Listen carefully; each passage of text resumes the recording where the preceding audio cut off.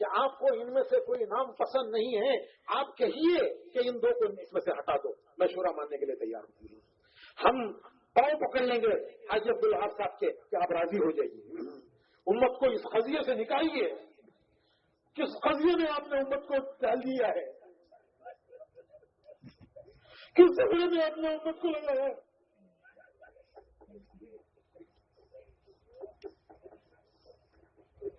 ہمارے بزرگوں کی روحیں تڑپتی ہوں، ہمارے بزرگوں کی روحیں تڑپتی ہوں.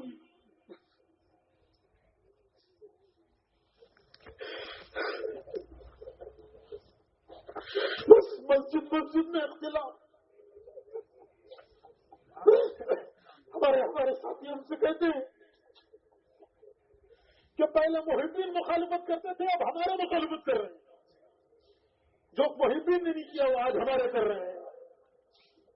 ہم نے محبین کو سمجھا لیا لیکن ان کو کیسے سمجھائیں؟ ہمارے بزرگوں کی روح تڑپتی ہوں. کیا سمجھ میں ڈالا ہے آپ نے امت کو؟ کیوں خلیے میں آپ نے ڈالا ہے؟ آپ کیا ڈالا ہے؟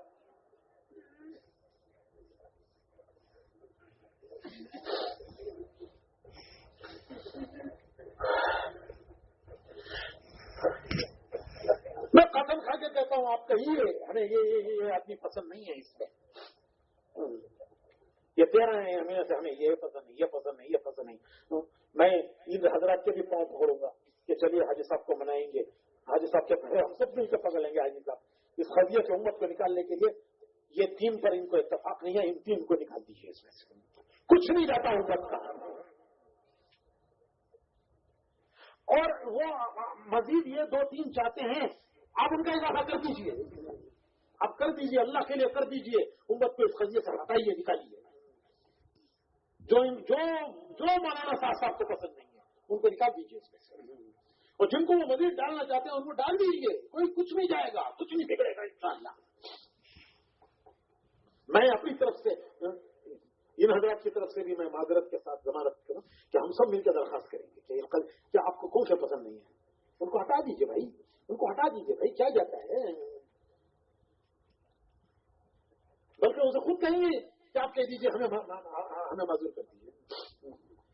اور آپ ان کو لینا چاہتے ہیں ان کو لے لیجیے، دو اس کو اس قضیے سے تو امت کو نکالیے.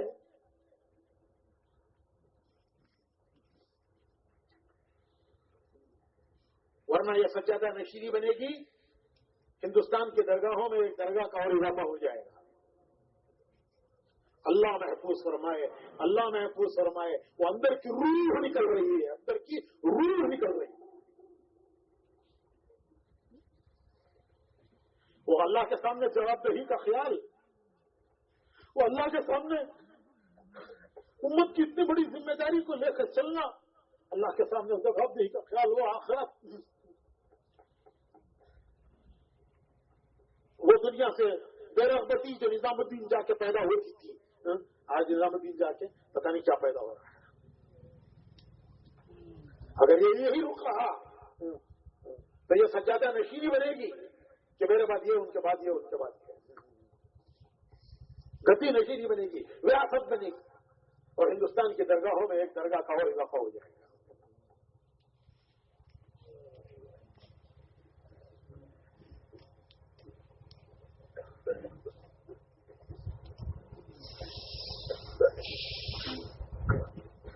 کاش کسی طرح ان تک ہماری آواز پہنچ جائے